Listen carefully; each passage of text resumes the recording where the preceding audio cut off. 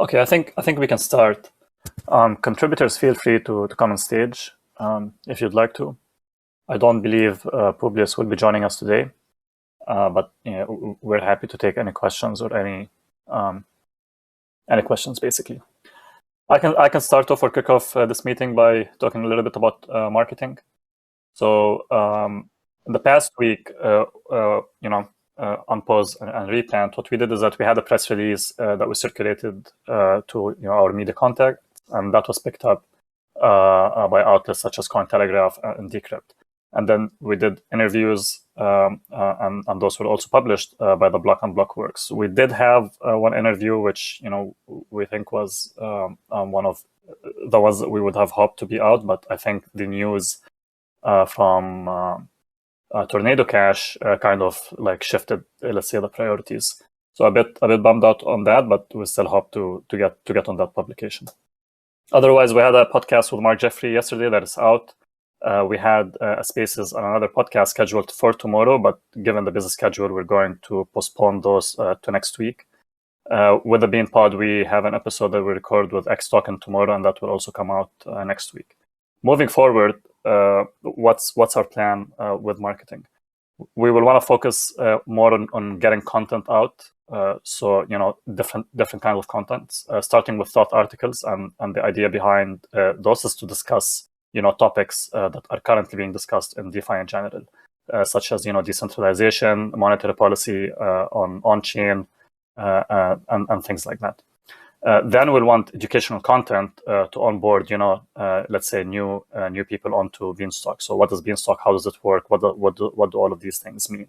Lastly is content for reach.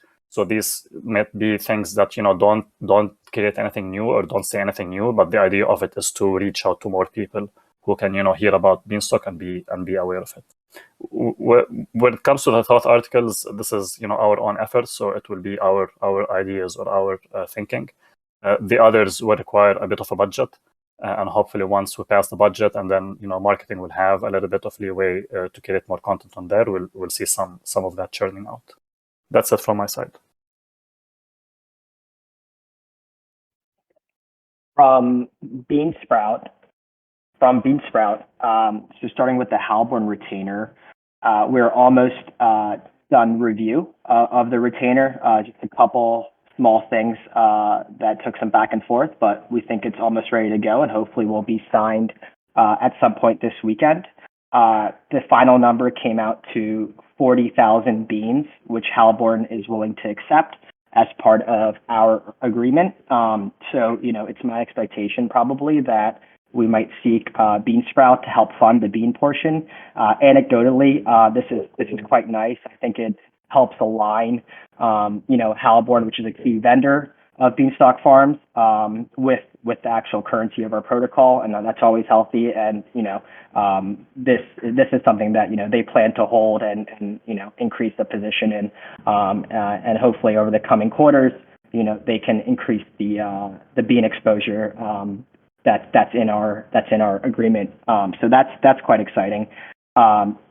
From a building perspective, there has been a handful of really talented builders and teams that have been approaching Beansprout wanting to get involved in building. And that's really exciting because ultimately, as I've expressed many times, I think that, if we are looking to build a serious protocol here that is competitive and achieves kind of the growth goals that we all independently have, the ecosystem is at the key in facilitating that. And so, there's been a lot of interest in recently in a wallet / mobile app catered for Beanstalk and Beanstalk users, which I think is fantastic. And one of the key limitations right now that I see is frankly just onboarding capital for regular users and growing the farm. And so this is something that I think other protocols are also starting to realize. If you take a look at Uniswap Labs, it looks like Uniswap's also looking to develop their own wallet and app. And I think over time, this experience is going to be something that any serious DeFi protocol has integrated in its stack and has an offering to introduce new users into the ecosystem. So, want to jump the gun here and get going on that versus waiting and make it a back burner and not a priority. So that's exciting to me, and I think has the potential to have a major impact on the growth of our protocol. From a root perspective, we've made significant progress on the order book, and there's a lot of things coming together for kind of this MVP to launch the fertilizer market. There's been some questions pointed towards me around the fertilizer market. Right now, it seems like the best place to put the market is within the Beanstalk UI. It'll be the most convenient solution for farmers, similar to the pod market, and allow people to easily trade without having to click between different tabs and different websites. And I think that makes a lot of sense. So that's something that we're working on, and hopefully we can get out sooner than later. On the prediction markets, that is also something that we're making great progress on. We've recently added a couple people that are what I regard as incredibly talented builders that can help get these prediction markets out sooner than later. So also working on building out the prediction markets in tandem versus prioritizing one or the other. I'm trying to push the ball forward here on multiple fronts. So yeah, those are kind of my main updates. Thank you, Manifold. I might ask a few questions, and to everyone else, feel free to drop your questions in the town hall chat or come on stage. When do you think, Manifold, we will have Halborn on retainer again? Do we have a date there that we're targeting? Yes, the start date, as it stands right now in the contract, is August 15th, assuming that we sign the agreement and disperse the payment, which I see no reason not to. So August 15th would be the start date. And with regards to the wallet that you're discussing, this is an on-chain wallet. What's special about the wallet, or how can it be used differently? Yeah, so look, a lot of open questions here, but I think the general thought is, there's a mobile app that, makes it quite easy to onboard capital, whether it's from a bank account or from a credit card, into the Beanstalk ecosystem, and be able to allow users to, send and receive beans or do other activities in a fairly cheap, hopefully gas-free manner. And there's some accounting layer that facilitates this. Got it. That's pretty interesting. I'm pretty excited to see how that develops. I've always thought about, what if we have some sort of a card that tells you in a way that, you pay through seigniorage or use your seigniorage to spend on. But interested in seeing how this wallet develops. Yeah, absolutely. Likewise. And, it's early, but, I think it's worthwhile getting started on. For sure. All right. Publius, do you want to give us maybe a quick of an update? Maybe one of the most pressing questions that we're having is the Beanstalk DEX, and when can we expect the BEAN-ETH pool? Yes, totally. First off, just want to shout out, the whole dev team at Beanstalk.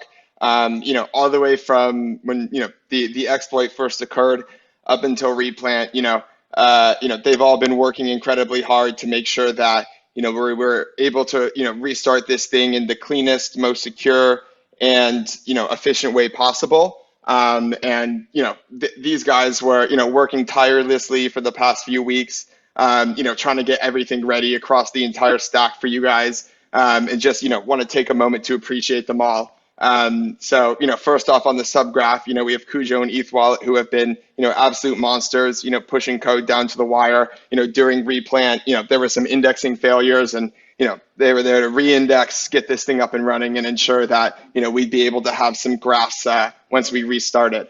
On the bot side, Funderburker has done an incredible job, just seeing when the BCM initially added that liquidity, and seeing that message come through in the exchange channel was absolutely incredible. And to just be able to work your way around the complexity of the Beanstalk contract is incredibly impressive. And for us to be able to have access to these bots at launch was a whole lot of fun for all of us, and very important when it comes to keeping farmers informed on the state of Beanstalk. On the UI side, cool beans, was an absolute monster, making sure that, we got everything done. And, of course, Silo Chad just putting in work nonstop.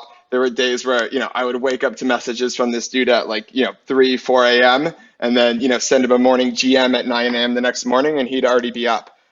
So, there are no words that can be said for, how much Silo Chat has, redefined the definition of what it means to be a chat. So thank you for that. Also on the water treatment plan when it came to, validating on-chain data and, recomputing the state of Beanstalk off-chain, ETH Wallet and TBIC were a huge help there. And then, shout out to Zero G's for helping out design the new Bean token. Overall an incredible job and, couldn't be more proud of the Beanstalk dev team and, really looking forward to working with you guys going forward and, truly pushing forward the frontiers of, what we can do with decentralized technology and the EVM itself.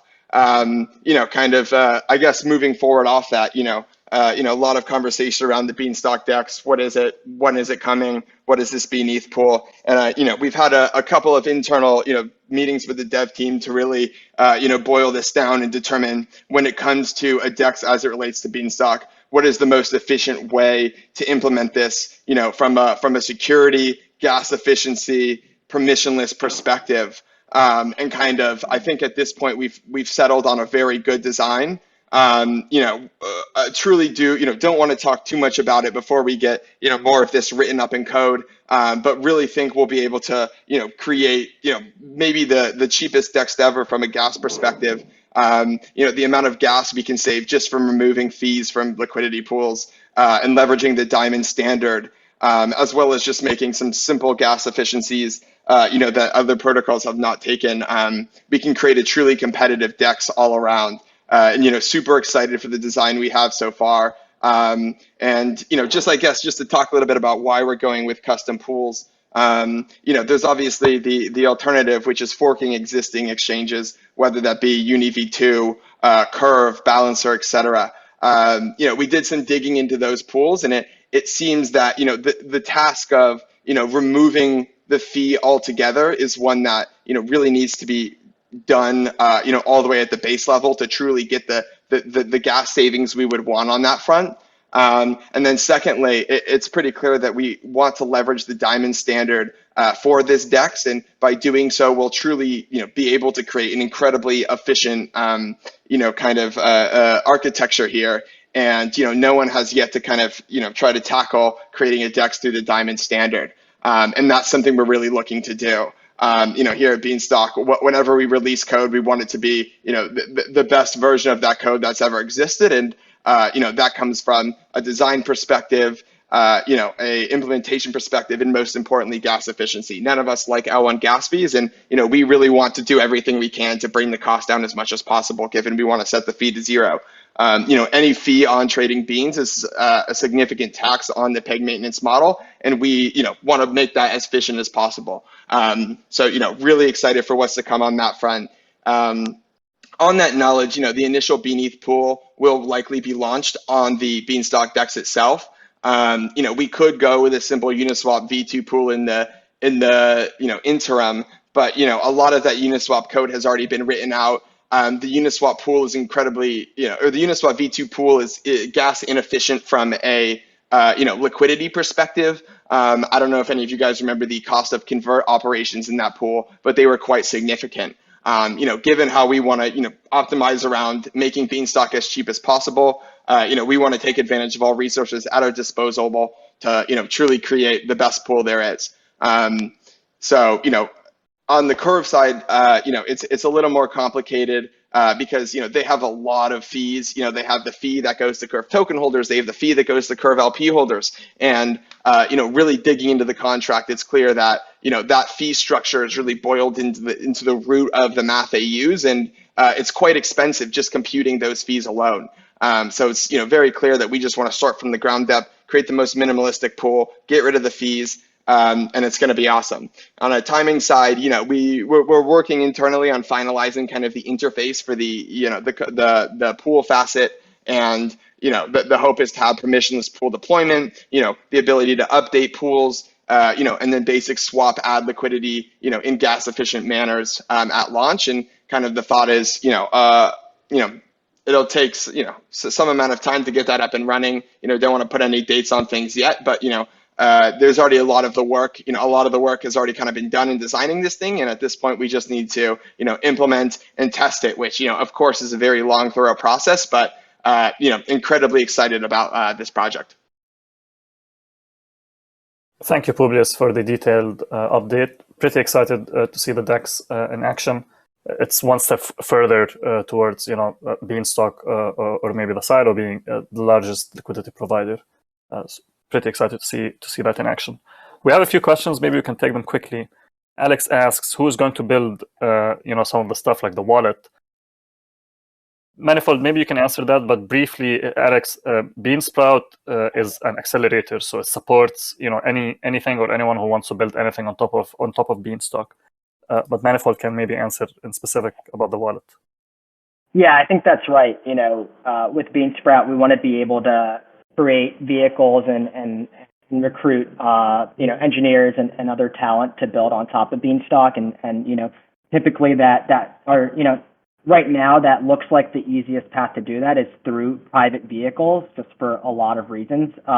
It's just more streamlined. It's easier to build with, more centralized team. Legality is clearer, regulations clearer. So, there's just a lot of advantages right now of private vehicles building independently around Beanstalk. But at the same time, there are many initiatives that Beanstalk Farms itself is taking on, like the DEX that Publius just mentioned. So, it's a combination of both depending on the project and needs. We just frankly want to make sure it gets done. And whatever the easiest way to get it done and get it built, that's what I think makes sense to pursue. Holmes asks about the prediction market development, and is there a way that he can get involved? Definitely reach out to Manifold, and you can take it from there. Cool. Yeah, you can just visit the Discord and ask any questions or feedback or whatever. Pizza Man asks, will the DEX also have non-bean pairs? So like, wrapped BTC with wrapped ETH? And if yes, what is the incentive to the LP there instead of something else?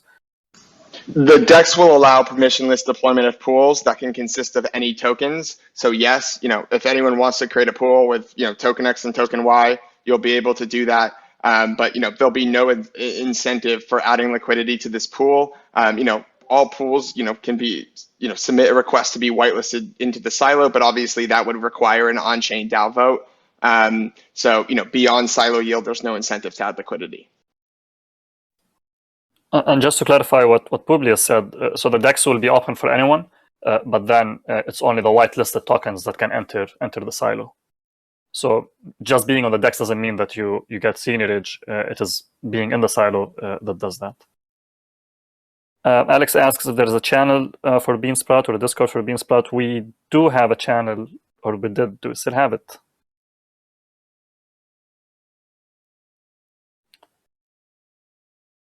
I think that got reorganized. Maybe we can look into that and answer you, Alex, on where to direct questions about Beansprout. Yeah, I can definitely add one, and think that'll be very appropriate as there start to be more Beansprout proposals as well. All right, and Austin, while you have you here, do you want to give us updates from your end? Definitely, thanks, Mod. Yeah, hard to follow up those last couple updates. Exciting to see all the various developments in the ecosystem.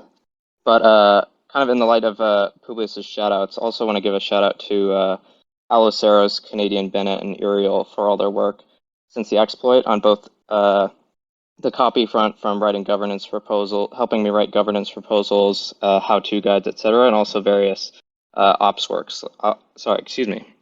Ops work, like making sure the recording of these meetings and uploading onto YouTube and Spotify, etc., goes seamlessly. So thank you all for that.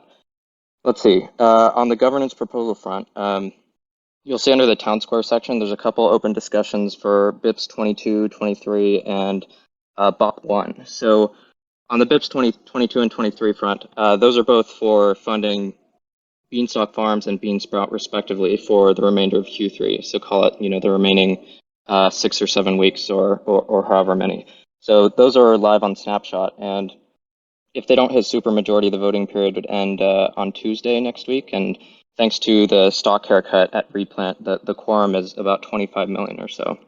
So I would encourage everyone to check those out on Snapshot and interact with them there. With regards to BOP1, which is the first Beanstalk operations proposal, the concept there is that because the Beanstalk DAO is the governing body of Beanstalk, decides how it's designed, the implications of that design, et cetera, the idea is for the Beanstalk DAO to ratify a set of disclosures for the risks of interacting with Beanstalk, very much in the ethos of what Beanstalk Farms has written previously, that Beanstalk is an experiment in many ways. So that has not been proposed on Snapshot yet, and would encourage everyone to discuss in the channel and ask questions there. So folks might notice that in BIP, it also proposes to retroactively compensate Mr. Manifold for their contributions since the exploit.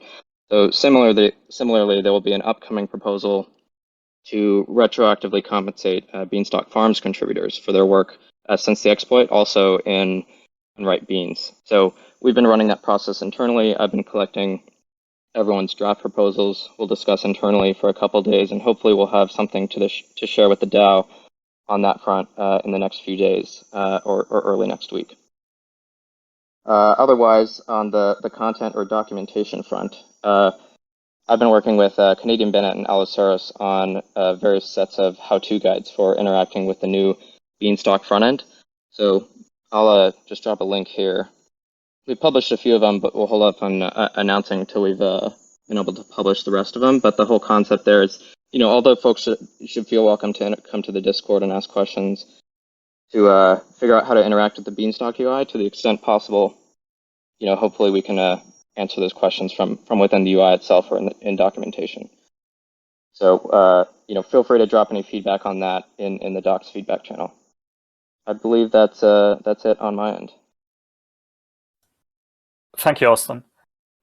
Chad, we've seen a lot of updates on the UI channel and expect some more as well. Can you take us through your ideas or work ahead?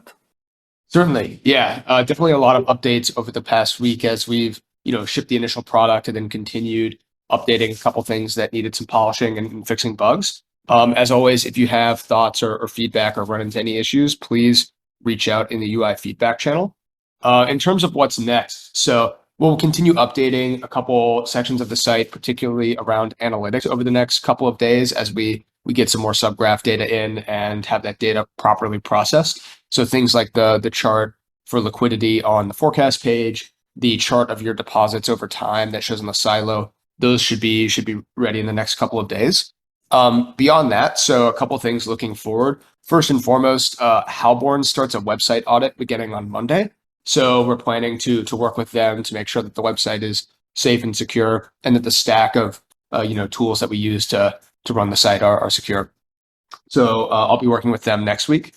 From there, I think we're at a position right now where we're beginning to plan for what's next on the front end. So looking at the combination of what the DEX means, potentially integrating the fertilizer market into the front end, those sorts of tasks.